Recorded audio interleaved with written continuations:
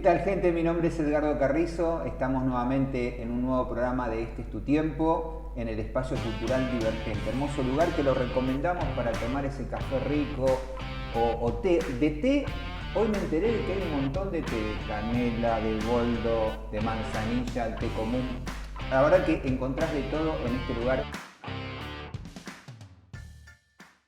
Bueno, quiero compartir con vos también la entrevista con un invitado que hace rato tengo ganas de conocerlo, así que ya te lo presento directamente, el ingeniero Alberto Larrañaga. Te iba a decir Pablo por tu hijo. Bienvenido a Este es tu tiempo, ¿cómo estás? Gracias, Edgardo, un gusto, muy bien, muy bien. Che, Gracias. tengo el currículum tuyo que me lo hicieron llegar, es impresionante. Ingeniero en seguridad ambiental, licenciado en higiene y seguridad en el trabajo, técnico en desgasificación de buques, ya vamos a hablar de eso también, técnico superior en seguridad, instructor de formación profesional, martillero y corredor público. Che, ¿todo eso querías hacer de chico o no? ¿O qué querías hacer cuando eras chico? Y todo, digamos, fui siempre como inquieto y cuando veía algo que me interesaba, lo encaraba y nunca me resultó difícil, digamos, estudiar. Así que bueno, trabajaba un poquito y lo hacía. ¿Sos de Campana? Soy de Campana, nací en Campana y vivo ahí, siempre viví. ¿Cómo se conforma tu familia para que te conozcamos un poco? Bueno, mi esposa es Graciela Garzón. Me suena, de Me la parece radio, que estuvo ¿sí? en el programa hace poco. ¿Sí? Garzón, sí. Y mi hijo es Pablo Ezequiel Larrañaga, Pablo Larrañaga, y mi nuera es Sabrina. Bastante flamante, Sabrina Bentancor, bastante nueva, ya para el año creo. ¿Qué tal como no era? Sí, re bien, sí. La aceptamos, la adoptamos, digamos, de entrada y todo bien. ¿Cómo fue esa vez? A ver, yo soy chusma, ¿eh? ¿Cómo fue esa primera vez que la conociste? ¿Cuál fue la impresión? ¿Cómo fue? No, en serio, nos cayó siempre bien, a mí me cayó bien y Pablo como que ya lo conocés tanto a Pablo y ya he estado con vos tantas veces y todo, él como que no fue de casarse enseguida con la primera que encontró, sino que el Señor le mostró, así que nosotros también confiados en él y que era la mujer que Dios le había puesto en su camino, su futura esposa. Así que re lindo, ¿sí? Y con el tema de papá, ¿cómo ya Pablo está casado y demás, pero ¿cómo eras cuando él era chico? ¿Qué es lo que vos decías? Yo a mi hijo quiero que sea esto, que sea lo otro, le diste la libertad. ¿Cómo eras de papá? Sí, lo principal es que yo me convertí a los 34 años. ¿Conociste a Dios ahí? A Dios, perdón, sí, conocí a Dios. Fui por primera vez a una iglesia cristiana y me gustó el mensaje y bueno, comencé a ser cristiano, evangélico. ¿30 y hace 34 años, no, tenía 34 años. 34 años. Y bueno, tuvimos a Pablo y Pablo nació en la iglesia ya. Lo que hacemos los cristianos que nos presentamos en la iglesia desde cuando tienen más o menos un año, cuando quiera, no, cuando nacen creo, bueno, no sé, de chiquitito. Y él se crió en la iglesia. Y yo creo que siempre le di la libertad, no fui un padre castrador, como dicen, o duro, o decir, no, quiero que mi hijo sea médico o sea ingeniero. No, yo tal es así que, bueno, él es artista. Yo también de joven fui actor, pero bueno, fui cambiando y fui teniendo otras ocupaciones, ¿no? ¿Fuiste actor? Sí. Sí. Y bueno, y eso es, y creo que como un secreto es que Dios me ayudó a saberlo enseñar, a guiarlo, pero también a darle toda la libertad. Sí.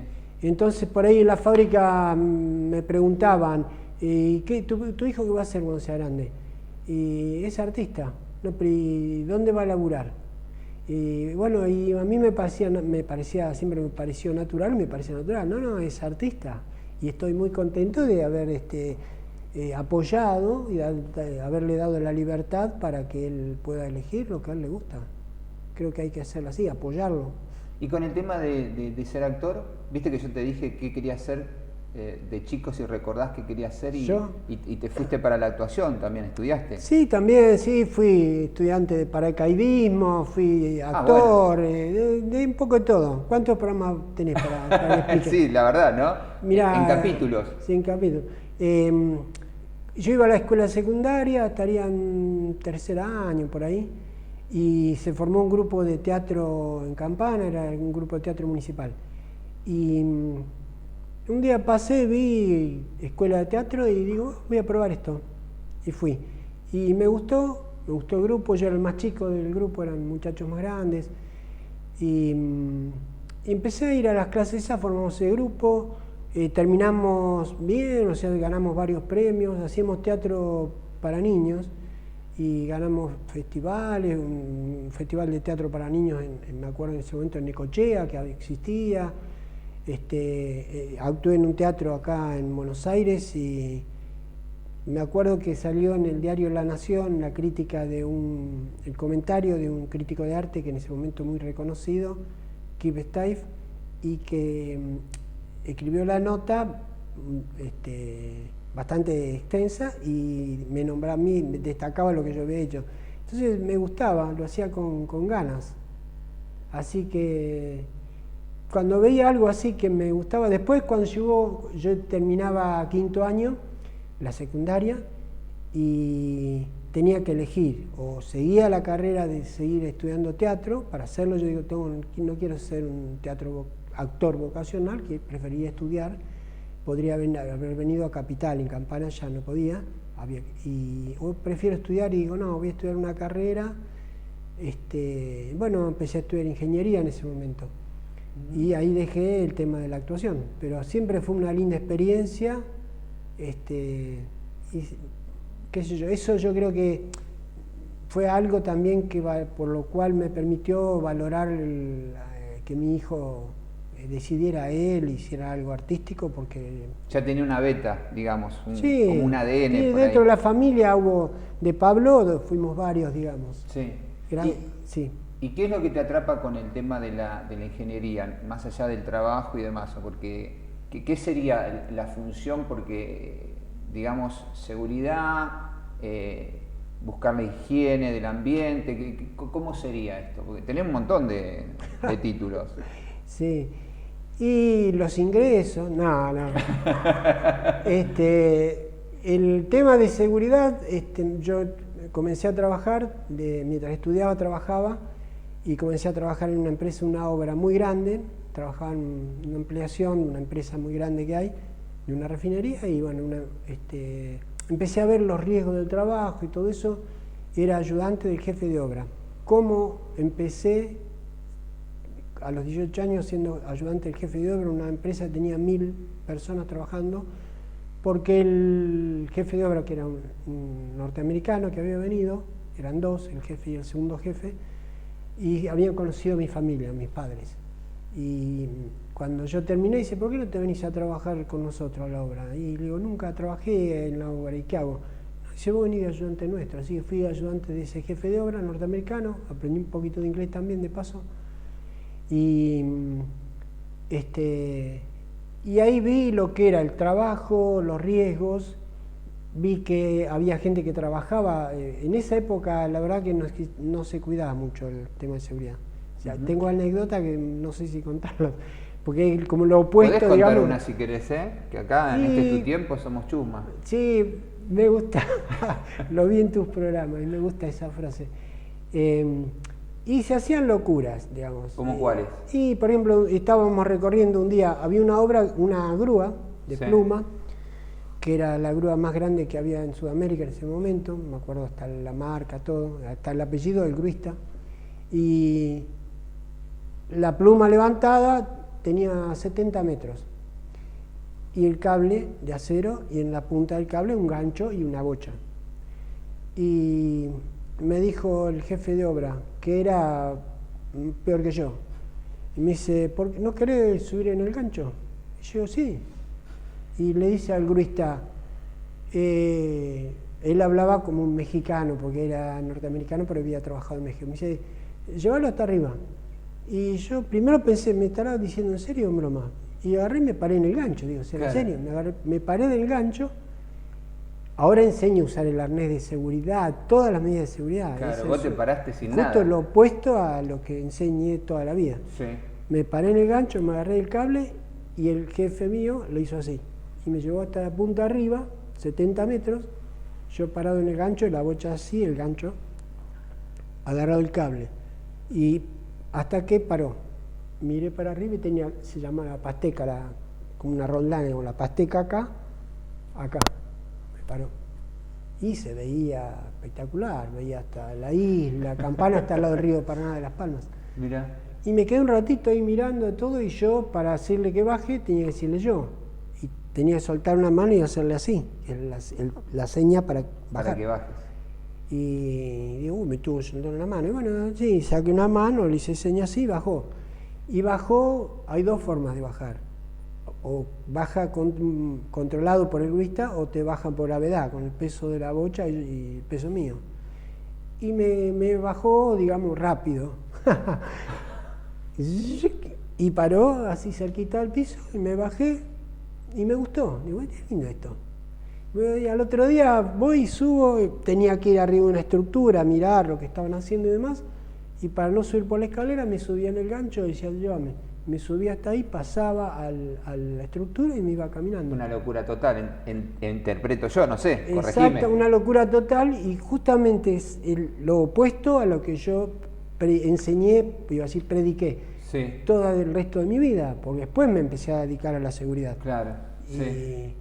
Y como es, y todo eso realmente hoy en día no pueden pararse, no sé, a 1,5 metros, sino están 1,80 m con arnés y casco y todo lo demás. Y con el tema de los riesgos, porque eso seguramente uno trabaja de eso, más allá de que sos ingeniero y demás, ¿cómo lo llevas a tu casa? ¿Sos así de decir, no, cuidado acá, o Pablo cuando era chico, no, ahí no, Graf, fíjate acá, no, mirá, ¿sos Sí, así también? Sí, sí, sí. ¿Y cuáles son los riesgos que hay en una casa, por ejemplo, que uno tiene que tener mucho cuidado? Muchísimos. O sea, no es como dicen en casa herrero, cuchillo de palo. Por ahí uno mete la pata, pero en las casas hay muchísimos riesgos y me gusta, incluso yo muchas veces fui a las escuelas, me ofrecí, digamos, de forma voluntaria para ir a las escuelas a darle charlas de seguridad a los niños. Sí. Me acuerdo que íbamos con un médico amigo y le dábamos charlas él daba las charlas de primeros auxilios, yo también doy esas charlas también y les enseñamos seguridad, les enseñamos a usar o qué hacer en un caso de una emergencia. Y en un hogar tenés riesgo de incendio, de quemaduras, de caída, de corte, de golpes, de electrocución, muchas de las cosas que hay dentro de una industria.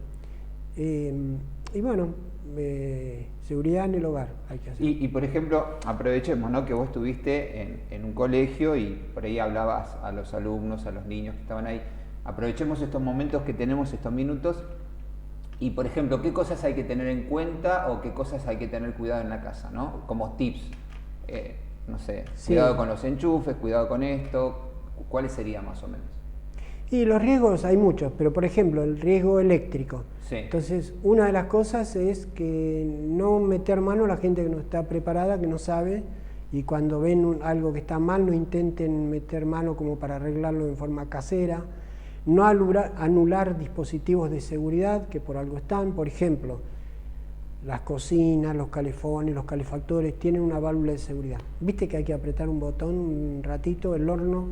Sí. Y por ahí están haciendo el pollo el domingo y no pueden prender el horno, entonces ¿qué hacen? Apretan, anulan la valvulita de seguridad con una maderita y ya te queda. Y después queda de por vida. Y eso es un riesgo que puede llegar a ser fatal. Que puede perder gas. Y sí, puede perder gas, incluso algo similar en la industria me tocó pasar y cuando yo estaba trabajando en una empresa donde hubo un accidente fatal, o sea, un muerto y 2 heridos graves, justamente por haber anulado válvulas de seguridad. Entonces, en un hogar puede ocurrir. La otra es el monóxido de carbono. Que es lo que te iba a decir, viste que sí, en los noticieros salen, o sea, sí. ¿Cómo tiene que ser la llama, por ejemplo, de una estufa? O si hay que dejar algún lugar, viste que dice que tenés que dejar, no sé, 5 centímetros de una ventana abierta. ¿Cómo es eso? ¿Cuáles son los básicamente riesgos? Es que hay que respetar las normas de la empresa de gas. Sí. Y cuando viene un instalador, que sea un instalador que sepa, un gasista matriculado, y ellos, las normas te hacen poner unas rejillas, una abajo y una arriba, depende de los metros cúbicos del ambiente, Sí. para que haya una circulación. Pero hay gente que no lo hace. A mí en mi casa un gasista me ofreció, si te va a entrar frío, qué sé yo, si querés ponemos la chapa pegada a la pared como que parezca que tiene, pero no le hago el agujero a la pared. Y yo dije, no, por algo está. Claro. No sé si era porque no quería hacer el agujero o porque no sabe lo que es, pero bueno. ¿Y el color de la llama? ¿Cómo tiene que ser? ¿Azul, rojo? Para que digas... Y lo normal es azul, ¿viste? Azul. Tiene que ser bueno igual la calidad del gas, o sea, el proveedor de gas, que hay varios, digamos, depende de la zona, tiene que entregar un gas que sea bueno, ¿no? El gas gas natural, el gas propano-butano, que es el de las garrafas, es diferente. Yo digo porque por ahí hay gente que en su hogar tiene garrafas. Tiene garrafa. Y son completamente distintos los riesgos. El propano-butano, que es lo que el gas de las garrafas, es más pesado que el aire. Entonces, si pierde la garrafa, se acumula abajo y de ahí para arriba. Y el gas natural es más liviano que el aire y se va a acumular de arriba hacia abajo. Y son cosas que hay que saber porque, ponele, dicen sí, cuando hay un principio de incendio hay que agacharse y ir caminando a ras del suelo. Y sí, pero si tenés una garrafa. Eso no. Y claro, ¿viste? Entonces, son un montón de datos que hay que conocer. A mí me gusta, es lo mismo que en las casas habría que tener un extintor. No digo manguera de incendio porque es otra cosa y hay que estar entrenado. Bueno, pero ¿Un matafuego sí? Sí, un matafuego hay que tener, pero hay que saber usar. Y a mí me ha pasado en los edificios, bueno, ustedes que viven acá en Buenos Aires siempre tienen edificios en los palieres de los edificios, en los locales es obligatorio, en el interior también. Pero ¿qué pasa? Hay muchas veces que está el matafuego y la gente no lo sabe usar. Entonces, bueno, es lo mismo que nada. ¿En qué sentido no lo sabe usar? ¿Que es difícil? Yo te pregunto porque nunca usé uno. Mira, si querés te doy un curso, te hago precio. Claro. Hay que saberlo usar, sí. Sería un poquito Muy largo extenso, explicar, pero no es, para decirlo... no es que agarrás y apretás y que salga el... ¿no? Claro, no. Yo digo, sencillamente habría que hacer una práctica. Yo fui instructor de un campo de entrenamiento y fui instructor de bomberos, socorristas y brigadistas, pero no digo que sean un instructor y que todos sean bomberos, pero que sí alguien les enseñe cómo usarlo. Entonces, los extintores, por ejemplo, no sé, tienen un manómetro que marca la presión. Si la presión está abajo, no sirve para nada. ¿Sabes cómo funciona, para decirlo sencillo? Como un sifón de soda. Mirá. ¿Viste el sifón? Sí. Pero bueno, ¿cómo hace para servirte? Apretás la palanca de arriba, la manija de descarga, bueno. Pero vienen trabados. Entonces, hay gente que no sabe esa traba. Y, bueno, si no saca la traba, no sale. Entonces, ¿qué hay que hacer? Cortar el precinto, que siempre viene con un precinto, sacar esa traba, que es un alambrecito que pasa por dos agujeritos, levantar la manguera, apuntar a la base del fuego, se llama tobera, la punta del extremo de la manguera, moverlo en forma de zigzag y al mismo tiempo apretar el gatillo de arriba, la manija de descarga, y sostenerlo. Hay que hacer prácticas, con la teoría sola no sirve. Pero por lo menos si alguien nos está viendo y llega a pasar algo, ya vio el programa y le va a quedar en la mente. Algo sí. Y después que, por ejemplo, en los edificios yo veo, que lo veo en muchos de los edificios que voy, que hay mangueras en los palieres. Entonces las mangueras hay distintas formas de arrollarlas. Sí. Y yo veo que hay mangueras que están arrolladas así, en espiral, y tienen una lanza. Bueno, y hay gente que si no sabe y quiere usarla, toma de la lanza y sale corriendo, o sea, la estira y la anula, no sirve más porque la manguera esa queda toda estrangulada. Entonces tiene que o ser un bombero el que la use, dejarla ahí para que la usen los bomberos, la verdad, y llamar. Lo primero que tienen que hacer en caso de un principio de incendio es llamar a los bomberos, siempre, y enseñarle a la familia los números de los bomberos de emergencia y dónde están las llaves para interrumpir, para cortar el gas, para cortar la corriente. Y hay gente que tiene la casa y no preguntás y no sabe dónde se corta el gas. Entonces, bueno, si hay un escape de gas, hay que cerrar la válvula. Bueno, hay que saber dónde cerrar la válvula y si es eléctrico que tenés también, digamos, la principal causa de incendios en domicilios es por incendio de origen eléctrico, por sobrecarga, las zapatillas, varias zapatillas, muchas cosas enchufadas, los cables, la sección del cable no es suficiente para ese consumo, se empiezan a recalentar.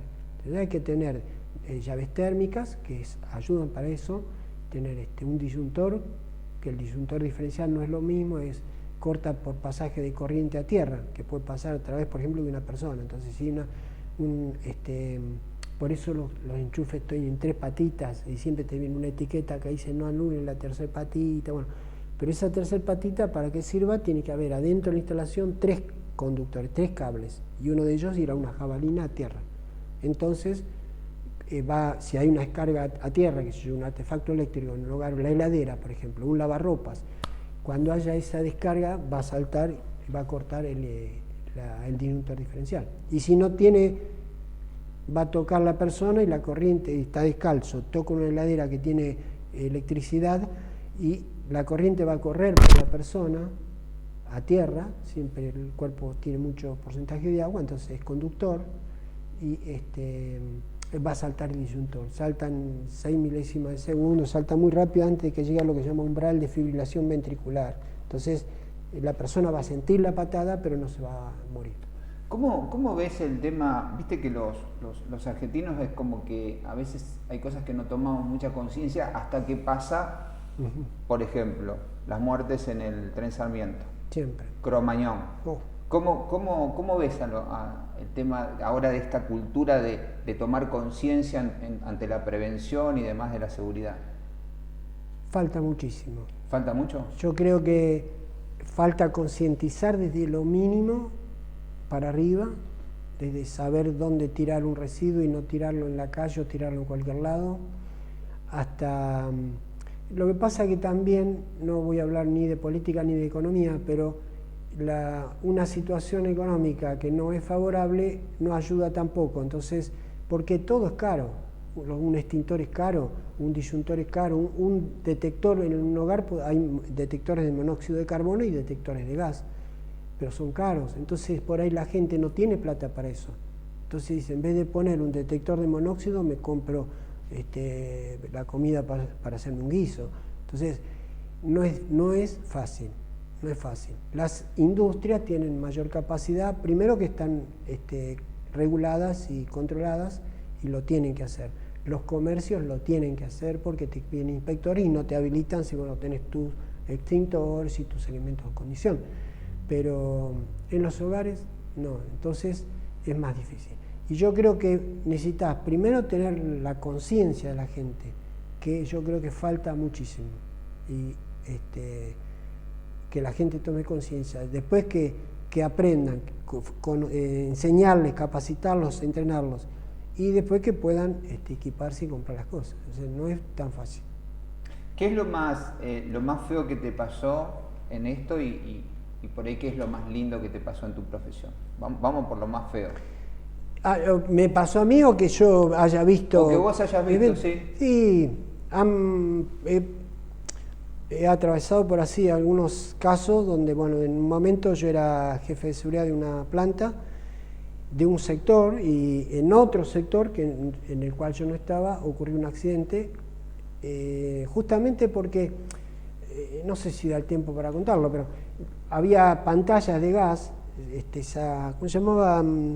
Bueno, unas pantallas de gas que en un vestuario, en la parte de arriba, y tenía la valvulita de seguridad. Como están arriba, uno no podía ir, digamos, a apretar un botoncito. Entonces tiene una cadenita donde uno tira un poquito y lo enciende. Para encenderlo tiene que tener un hisopo, un alambre con un trapito prendido. Y prendió, y como era un vestuario, el asunto fue así, estaba fresco. Había una persona que ya se había bañado y estaba sin la ropa, se estaba secando, y había otros 2 que estaban dentro del baño, entró otra persona a encender las estufas, y cuando prendió así, ¿te acuerdas que te conté que el gas natural más liviano estaba arriba? Entonces cuando el hombre levanta el hisopo ese, explota el vestuario. Yo estaba de turno, estaba trabajando, escuché la explosión, yo había ido a hablar, estaba con el cuartel de los bomberos y sentimos la explosión, suena un cuadro mímico, una alarma empieza a sonar y nos indica dónde era y fuimos. Aparte el teléfono, todo, acudimos enseguida con un móvil y estaba no se voltearon las paredes porque toda la parte de arriba, el vestuario era de vidrio. Entonces la onda expansiva reventó por la parte de arriba y una persona, la que estaba desvestida, recibió una gran quemadura en el cuerpo, aparte había respirado la llama también. Había otra persona que estaba en un costado y la onda expansiva lo arrastró y golpeó contra una columna, quedó, me acuerdo, el pedazo de cuero cabelludo ahí. Y son casos donde después de analizarlo se vieron que eran todas fallas humanas, una atrás de otra, como una cadena, digamos. Entonces, tampoco, digamos, voy a poner a detallarlo, pero bueno, una de las cosas era que el gas no tenía olor. El gas natural no tiene olor. Ese olor que uno dice, ay, tiene olor a gas, no es olor a gas. Es olor a un producto que se llama mercaptán, que se agrega al gas. Entonces vos, cualquier lado donde vas, sentís, hay una pérdida de olor a gas. Ahora, si no le ponen el odorizador... Ni te das cuenta. Ni te das cuenta. Claro. Y bueno, no le habían puesto odorizador y alguien había anulado las válvulas de seguridad de las dos pantallas, las dos estaban con las válvulas abiertas y apagadas. Y entonces el gas estaba saliendo y se estaba haciendo ese colchón de arriba. Y yo supongo que alguien cerró el gas, la llave de paso, con las pantallas abiertas, se apagaron y volvió a abrir. Y ahí, como las válvulas de seguridad estaban anuladas, por eso nunca hay que anular ningún dispositivo de seguridad. Y bueno, le costó la vida a una persona y 2 heridos graves. Y ahora el contraste, lo otro, algo que vos dijiste, bueno, qué bueno esto que me pasó sí, porque uno trabajando en eso, en prevención, si es normal, digamos, uno a lo mejor en el momento no lo valora, pero si ves a una persona que está trabajando a 50 metros, 40 metros de altura y no está con el cinturón enganchado, tenés que ir, parar el trabajo, hacerle enganchar el cinturón. A lo mejor, un día había un grupo de ingresantes en una industria y cuando estábamos ahí, uno de los chicos ingresantes ya habían entrado y yo lo estaba haciendo una recorrida por la planta y me dice, usted lo echó a mi papá. Y digo, así, contame, no sé quién sería. Y mi papá estaba trabajando arriba de un techo, estaba como a 40 metros, literal, y él no estaba enganchado con el arnés y estaba al borde del techo, y usted lo vio y lo sacó y lo hizo bajar y lo echaron. Y digo, bueno, pero vos pensás lo bueno de eso, le salvé la vida. Peor hubiera sido que yo no lo hubiera visto y que la persona a lo mejor se caía y se mataba. Y el chico me lo reconoció, me dijo, sí, la verdad tiene razón. Y entonces muchas veces uno, actuando bien, interviniendo, nunca, digamos, veo algo mal y pasar de largo. Yo por ahí, a veces me meto en cosas que no me tocan, que yo paso por un lugar y veo uno que está cortando con una moladora, no sé si todos saben lo que es una moladora, sí. Y yo sé los elementos de protección personal que hay que usar, anteojo, protector facial, tapones, todo, y veo sin nada. Yo lo veo muchas veces no quiero criticar a ningún rubro, pero gente trabajando en obra civil, obras particulares en la calle, y hacen mal todo. Entonces voy y les digo a veces. ¿Viste? ¿Y qué te dicen? Algunos ¿Qué le importa a usted? Algunos sí, algunos me miran con cara fea y otros me dicen, tenés razón, disculpa. Claro. Entonces me pasa, pero con todo, que yo un día veo a alguien que yo había trabajado conmigo, fue un gerente, y lo veo cortando el pasto en una vereda con la bordeadora y sin anteojos de seguridad. Y yo pasaba en auto y paré y me bajé, lo saludé y le dije, hice así y me dijo, ya sé, soy un tonto, dice, espera, ya voy, discúlpame. Se fue adentro y salió con los anteojos. Y quién sabe, ¿no?, si le salvaste la vida. Sí, o un ojo. Tal cual. Y qué sé yo, cosas así, o gente que se pone a soldar a la salida de una escuela, salían los chicos de una escuela de chicos, ¿cómo se dice? Una escuela de capacitados, no se dice, con capacidad diferente, bueno. Sí.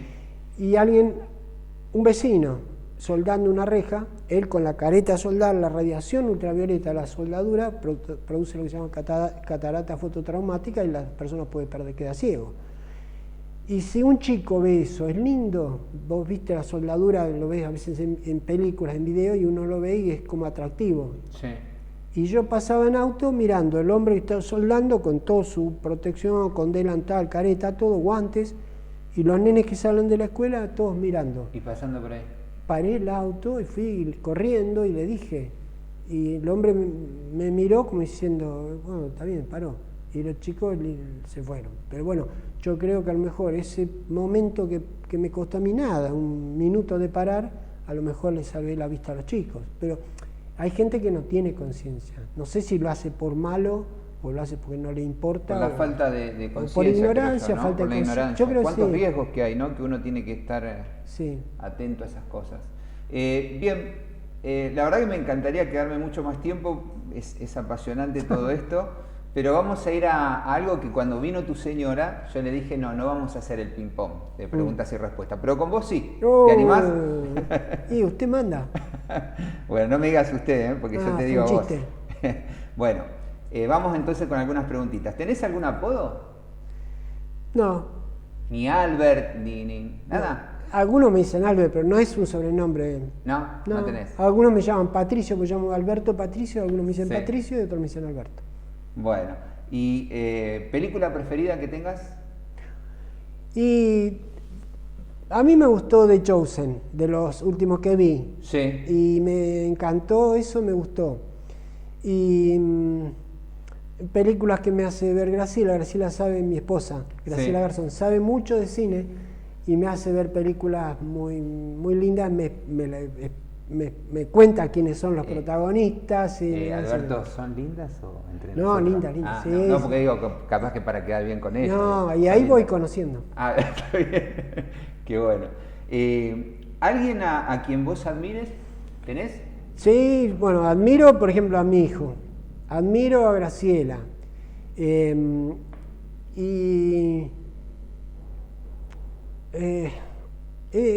es fácil decir, no sé, no es porque no quiera decirlo. Admiro a gente que tiene valores, que respeta, que es respetuoso, a los valores cristianos, a la gente que dedica su vida a eso. Esa gente yo la admiro, que difunden eso. Yo soy cristiano, entonces bueno, si yo veo a alguien que dedicó toda su vida a transmitir el evangelio, no sé, yo de chiquito, cuando mi papá en casa prendía la radio, en esa época no había tele, y prendía la radio y escuchábamos a Palau, a Luis Palau, que tiene un programa en la radio, y bueno, y toda su vida él se dedicó a eso. Entonces yo admiro a esa gente que mantiene esos valores y al mismo tiempo cuidó a su familia y transmitió su creencia a tanta gente, a miles y millones. Qué lindo. ¿Y algún género de música que te guste? Mira, me gusta el folclore, pero ¿qué pasa? Que es difícil porque la mayoría de las letras no son cristianas o hablan de temas que a mí no me gustan, o a temas de la cueva, de qué sé yo, y bueno, entonces me gusta la música, ponerle de las chacareras, y el ritmo de la chacarera, pero cuando escucho la letra no me gusta. Claro. Y me gusta el tango, que lo empecé a querer cuando conocí a Graciela, porque cuando nos pusimos de novio, ella trabajaba en un programa importante que se llamaba La Noche con Amigos, con Leonel Godoy, que era de la mayor audiencia. La Radio del Mundo en esa época era la principal radio de la Argentina, era una réplica de la BBC de Londres, era una radio hermosa. Y yo, enamorado, iba y me sentaba, ella me hacía pasar y me sentaba en el estudio. Para mí era, estaba mudo, porque yo veía que está el estudio de radio, ponerle está Leonel Godoy, ella y yo ahí sentado en una mesa como esta, con los micrófonos así acá, como se estila, lo que le llaman la pecera, que es un vidrio, separado está el operador, Sí.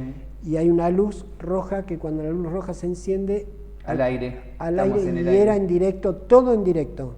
Mirá. Si vos, todo lo que dijeras, no podía borrarlo, ya lo escuchó miles, millones de personas. Entonces, yo quedaba mudo ahí, no sé, tenía miedo de estornudar. Y yo veía que Graciela,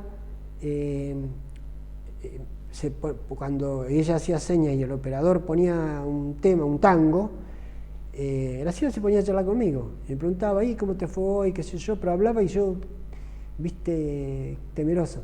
Y cuando ella miraba así, la luz se ponía roja, o verde, no me acuerdo, arrancaba hablando como si hubiera estado escuchando todo, opinando, siguiendo, y nadie se da cuenta que en entre medio había estado charlando conmigo de cualquier otra cosa, riéndose, diciendo un chiste, lo que sea.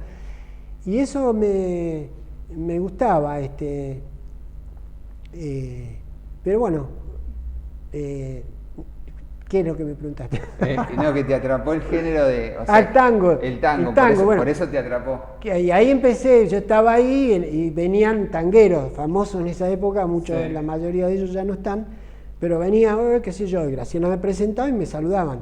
Entonces, después hubo eventos así, en esa época las radios, Radio El Mundo, tenía, como era la más grande, tenía un estudio mayor de Radio El Mundo que era como un anfiteatro para muchas personas y hacían programas grandes en vivo, donde iban las orquestas de tango y tocaban en vivo. Y ahí yo alcancé a ir y después eso se iba perdiendo, pero cada tanto hacían. Había un programa que yo escuchaba de chico en mi casa con mi papá que se llamaba el Glostora Tango Club.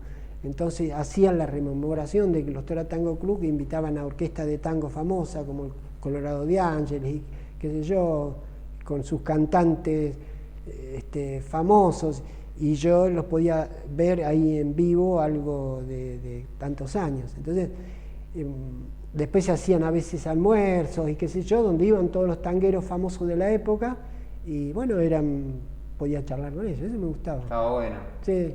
¿Vamos al momento emotivo? ¿Vos viste el programa? ¿Alguna vez lo viste? Sí, siempre lo vi. Bueno, vamos al momento emotivo. Esperá que busco, no traje pañuelo.